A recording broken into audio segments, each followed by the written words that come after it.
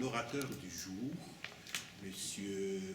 Paul Sapou, défenseur des droits de l'homme depuis des décennies et qui pilote actuellement la Commission nationale des droits de l'homme en RD Congo. Un peu le monsieur droit de l'homme de la RD Congo. Monsieur Paul Sapou, vous avez la parole. Merci, monsieur le modérateur. Distingués invités, mesdames et messieurs, pour gagner en temps, je vais abréger mon intervention qui va porter sur la situation dans sa première partie, la situation des droits de l'homme en général, les grandes lignes sur l'ensemble du territoire national. Je vais m'appesantir dans la deuxième partie sur la situation qui prévaut à l'est du pays, notamment dans les provinces du Nord et Sud Kivu. Je voulais, en guise d'introduction, dire que depuis une trentaine d'années, la République démocratique du Congo connaît des guerres d'agression et rébellion qui toutes ont été initiées par les États voisins à partir des provinces de l'Est. Au regard du droit international, toutes ces guerres sont des agressions parce qu'à chaque fois, ces États ont suscité des rébellions qu'ils ont appuyées en envoyant leurs forces armées sur les territoires congolais. Il s'agit notamment, à titre de rappel, rapidement, la guerre dite de libération qui a eu lieu entre 1996 et 1997 et menée par l'Alliance des forces démocratiques pour la libération du Congo, AFDEL en sigle, activement soutenue par le Rwanda, l'Ouganda et le Burundi. 2 ans après l'arrivée de l'AFDEL au pouvoir, le pays est plongé dans une nouvelle guerre, toujours initiée à partir de l'Est par 2 groupes rebelles, le Rassemblement congolais pour la démocratie, RCD en sigle, et le Mouvement de libération du Congo, MLC, soutenu par le Rwanda et l'Ouganda. L'on a aussi noté quelques années après l'apparition du Congrès national pour la défense du peuple, CNDP, qui était une mutation du RCD, qui aussi a fini par se transformer en 2009 en mouvement du 23 mars, M23 en sigle, qui par la suite s'est rallié à l'Alliance Fleuve Congo.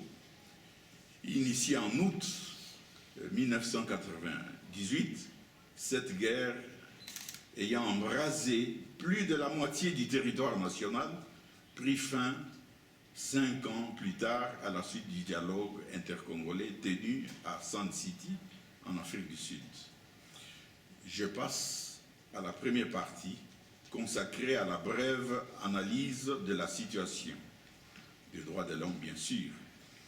Dans un premier point, je vais vous parler des causes de l'agression de l'Est de la RDC rapidement.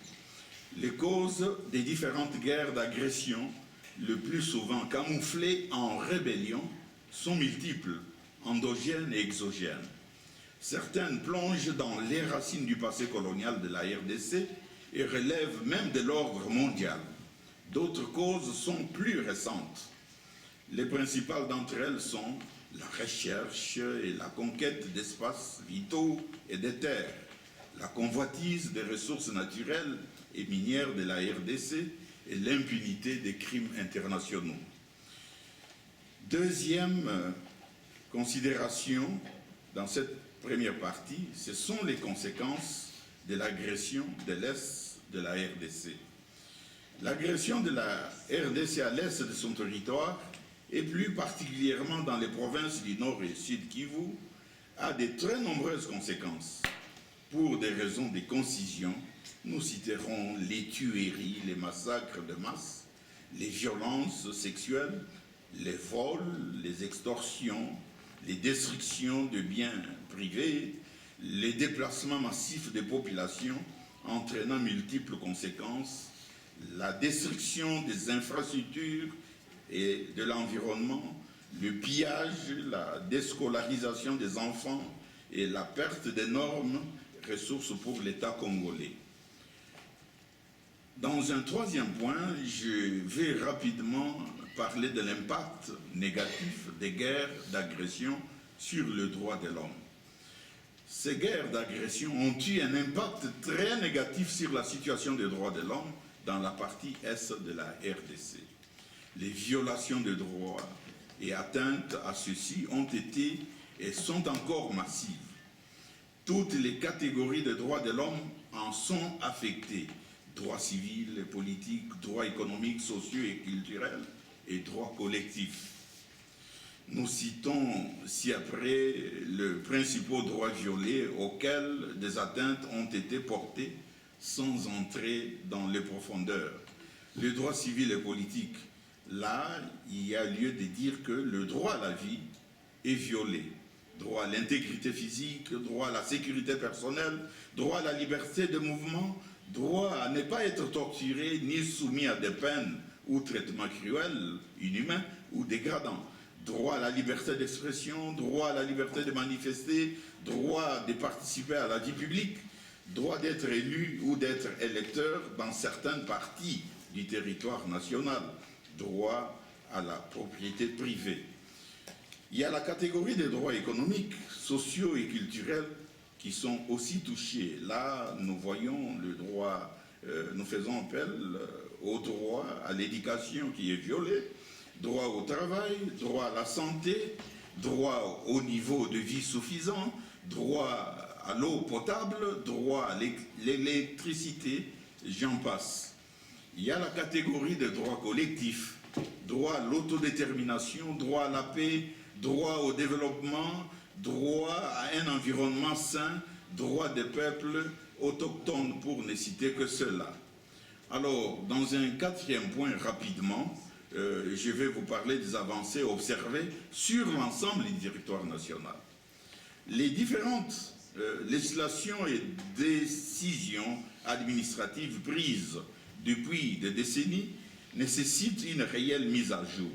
Nous pouvons énumérer quelques avancées réalisées en matière de protection et promotion des droits de l'homme. Il s'agit notamment de la loi numéro 23/027 du 15 juin 2023 relative à la protection et à la protection des défenseurs des droits de l'homme. Cette loi avait été prévue comme mesure d'application, et comme mesure d'application, l'arrêté ministériel numéro 0018 du 25 novembre 2024 fixant les modalités d'exercice des activités de défenseurs des droits de l'homme.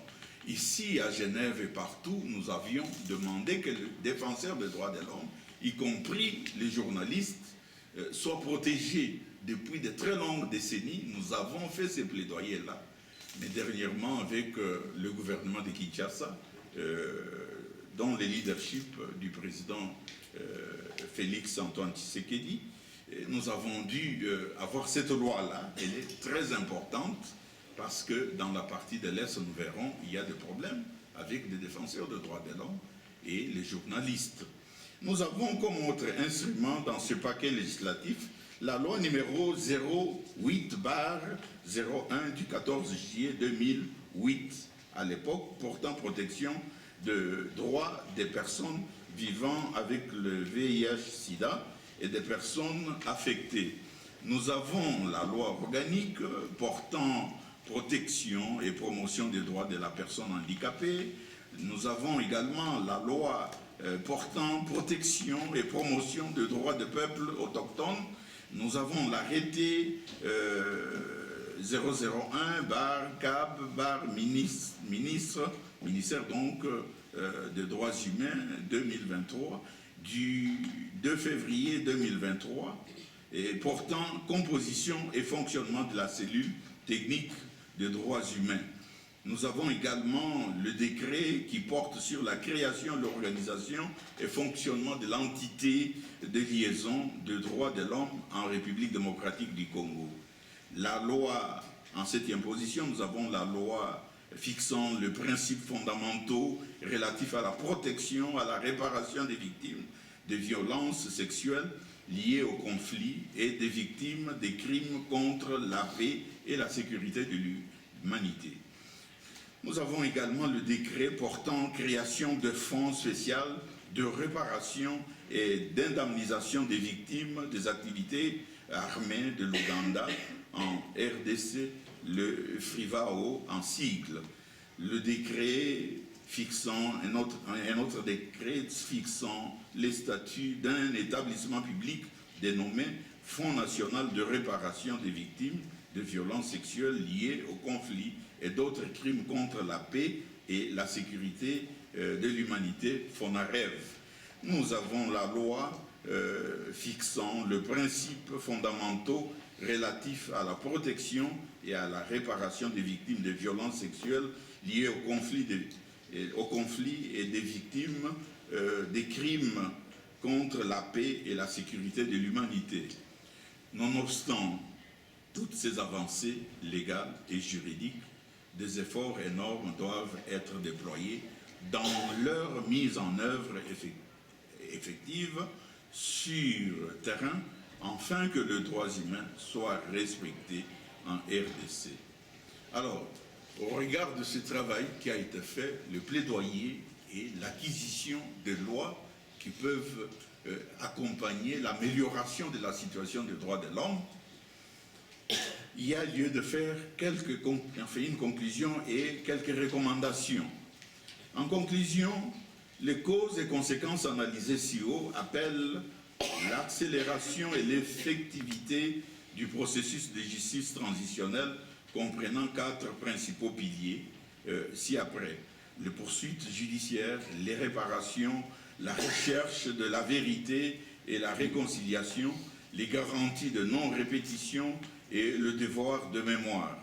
À cet effet, la CNDH fait les recommandations suivantes: que des sanctions ciblées des auteurs de ces crimes qui annulent tout ce que nous avons conjugué comme effort par le passé et qui ne devraient pas se répéter soient prises.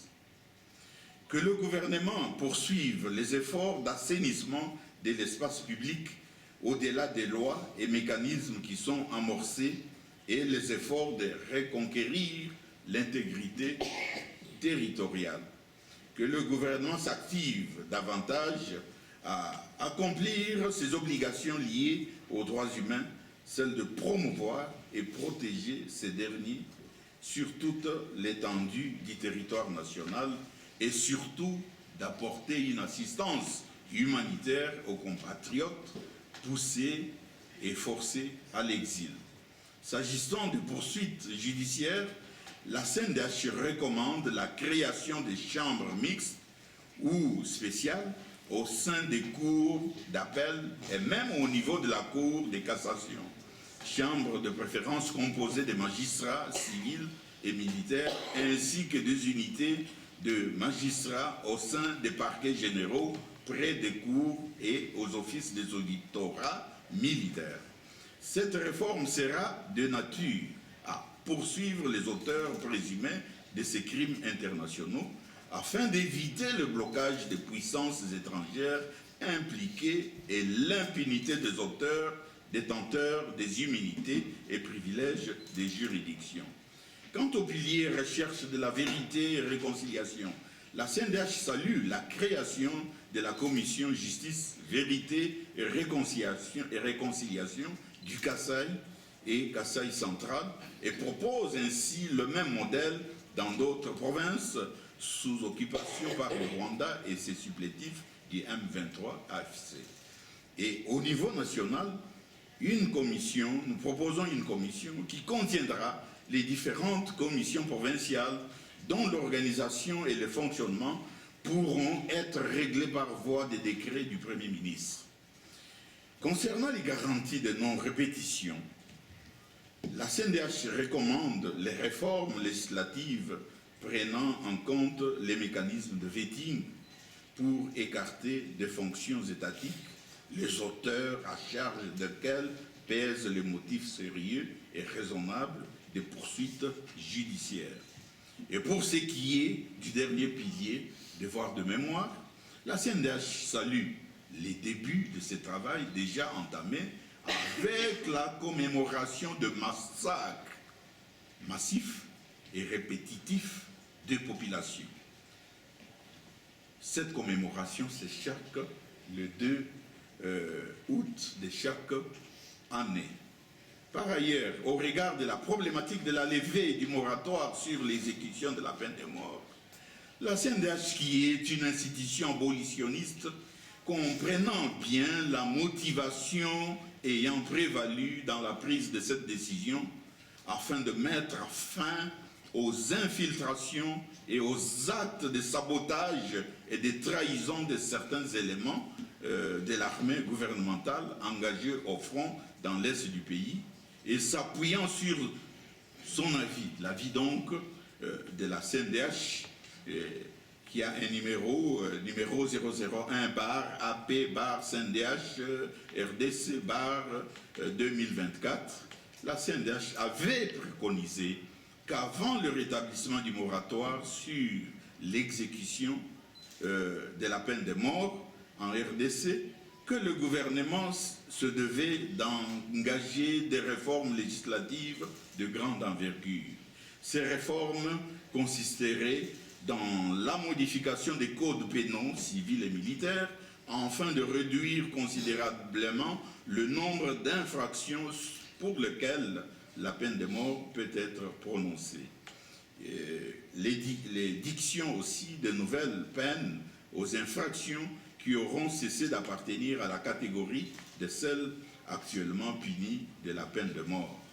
La commutation pour certaines personnes de leur condamnation à mort en des peines qui auront été édictées à la suite de la réforme, afin de sanctionner les faits pour lesquels ces personnes ont été condamnées. En quatrième position, nous avions proposé le fait d'offrir la possibilité d'aller en appel à tout condamné par une juridiction pénale ou statuant en la matière pénale. Donc l'appel. En cinquième position, nous avons dit, écoutez, il faut l'interdiction automatique des exécutions dont un grand nombre serait le fait de condamnations à mort pour des infractions qui ne sont pas des crimes le plus graves au sens de l'article 6.2 du pacte international relatif aux droits civils et politiques. Enfin, l'abolition de manière irrévocable de la peine de mort à l'égard des faits qui ne constituent pas des infractions de caractère militaire d'une extrême gravité commises en temps de guerre. Voilà ce que nous, défenseurs des droits de l'homme, nous, institutions, y compris le gouvernement, nous faisions jusqu'au moment où il y a eu explosion dans les deux provinces.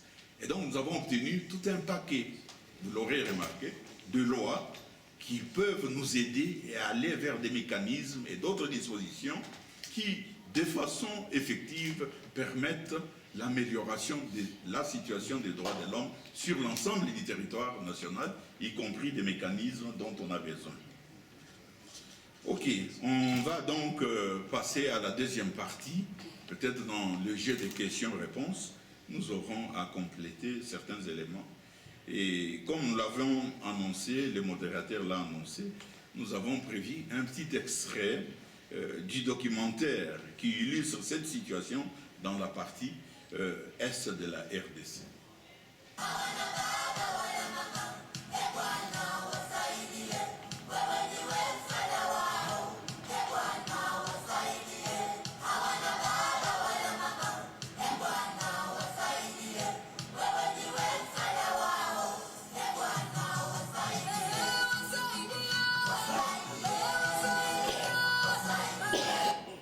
Depuis 30 ans, l'Est de la République démocratique du Congo est toujours secoué par des rébellions à répétition provenant des pays limitrophes, essentiellement du Rwanda, et provoquant souvent des déplacements de populations par millions. La plus récente rébellion est celle du M23 soutenue par les ONG. Quels sont les effets pervers qu'occasionne ce dernier aventurisme militaire? La CNDH, Commission nationale des droits de l'homme, donne un coup de projecteur à un cas, les Congolais qui se retrouvent dans des camps de réfugiés à Tibitoké au Burundi. C'est ainsi que du 5 au 9 mars 2025, Paul Sapou, président du CNDH, Commission nationale des droits de l'homme, s'est rendu au Burundi où il a visité des camps de réfugiés congolais. Ceci avait